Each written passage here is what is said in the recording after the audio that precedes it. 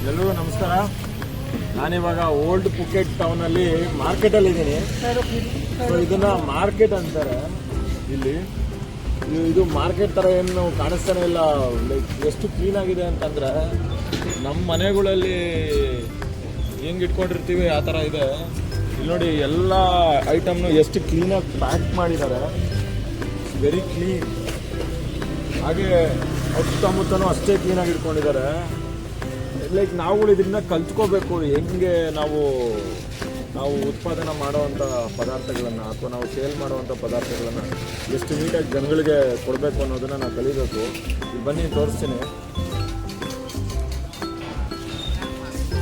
ಫಾರಮಿಂದ papaya ಬಂದಿದೆ, ಈ ಸೌತೆಕಾಯಿ ಇದೆ. ಸೊ ನೋಡಿ ಎಷ್ಟು ಕ್ಲೀನಾಗಿ ಕವರಲ್ಲಿ ಪ್ಯಾಕ್ ಮಾಡಿ ಅದೊಂದು ಟಾರ್ಪಲ್ ಹಾಸ್ಬಿಟ್ಟು ಅದ್ರ ಮೇಲೆ ಐಟಮ್ ಇಟ್ಟಿದ್ದಾರೆ. ಇಲ್ಲಿ ಜನ ಕ್ಲೀನ್ನೆಸ್ ಮೇಂಟೈನ್ ಮಾಡ್ತಾ ಇದ್ದಾರೆ. ಅದಕ್ಕೆ ಇವರೇನು ಹೋಗಿ ಮಾರ್ಕೆಟ್ ಮಾಡೋದು ಬೇಡ, ಕೂಗೋದು ಬೇಡ.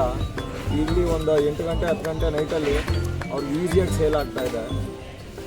ಸೊ ಇದನ್ನು ನಾವು ಕಲ್ತ್ಕೋಬೇಕು. ನೋಡಿ ಇಲ್ಲಿ ಸೌತೆಕಾಯಿ, ಆಮೇಲೆ ಈ ಕಡೆ ನೋಡಿ ಇಲ್ಲಿ ಬನಾನಾ ಎಷ್ಟು ಚೆನ್ನಾಗಿ ಪ್ಯಾಕ್ ಮಾಡಿದ್ದಾರೆ.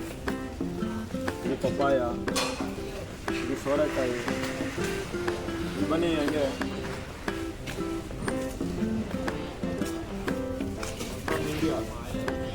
ನೋಡಿ ಸೌರೆಕಾಯಿ, ಹೀರೆಕಾಯಿ, ಸೊಪ್ಪು ಎಲ್ಲ ಫಾರ್ಮ್ ಫ್ರೆಶ್ಶು ನೀಟಾಗಿ ಇಟ್ಕೊಂಡು ಸೇಲ್ ಮಾಡ್ತಾ ಇದ್ದಾರೆ. ಇದನ್ನ ನಾವೇನು ಕಲ್ತ್ಕೋಬೇಕು ಅಂದರೆ ಜಾಗ ಕ್ಲೀನಾಗಿ ಇಟ್ಕೊಳ್ಳಿ, ಕ್ಲೀನಾಗಿರೋದನ್ನು ಜನಕ್ಕೆ ಕೊಡಿ, ಸೇಲ್ ಬಗ್ಗೆ ತಲೆ ಕೆಡಿಸ್ಕೊಬೇಕು.